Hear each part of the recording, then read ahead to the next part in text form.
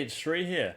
Listen, today I wanted to talk to you a little bit about something that I've been noticing a lot with my clients of late, and that is the subject of avoidance. Now, when we're on this journey towards personal growth and development, there's something that is a little bit uncomfortable, and I have to be just really straight up here because the journey is not this, kumbaya, happy, loving, joyful place that we think it's going to be. We watch all those motivational videos on the internet and, on TV, and we feel inspired and we think, wow, this is going to be amazing. Finally, I can be really, really happy or have that extraordinary relationship or whatever. But then we have to come back to the work that we need to do. And part of that involves going into the deepest, darkest parts of ourselves. And one thing I do notice a lot is that when I work with my clients, sometimes, you get a lot of individuals who are just committed and ready to go and ready to push through. You get other people who come through, and when there's just that brief moment or maybe an extended moment where they feel, oh, that's a bit uncomfortable. Maybe they may have discovered something that occurred a long time ago that they realized that moment defined them moving forwards. Or maybe it's just an uncomfortable belief that they've been holding on to for a long, long time. Whatever that is, you've got to push through it. Otherwise, what will happen is you push it down, you push it down, you push it down. You try and avoid it, so you run and you put your attention elsewhere. But you know what happens in my experience and with all of the clients that I've ever worked with is that if you run from it, it'll follow you.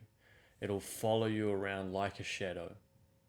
And so my urge, my plea to you to some extent is that even when those difficult times come, push through, face up to it, face up to those difficult moments, because I promise you that when you do, in the long run, you're going to feel a level of liberation and just a sense of wholeness that you wouldn't have experienced if you hadn't have faced up to those challenges. Trust me, in my journey, I've had to deal with some really, really deep and dark parts of myself that were really uncomfortable to face,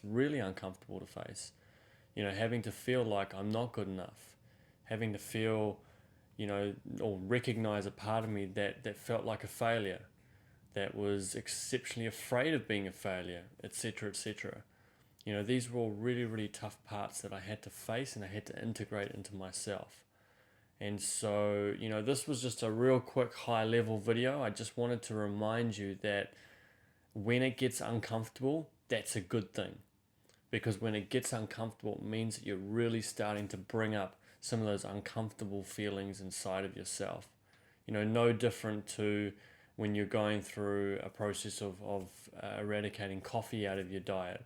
What happens in the first few days? You start to get the headaches, you start to get the shakes. But then if you hang in there and you push through, it's going to get easier. And then in the long run, you're going to have some, dramatic health benefits as a result. No different to doing the inner work on yourself.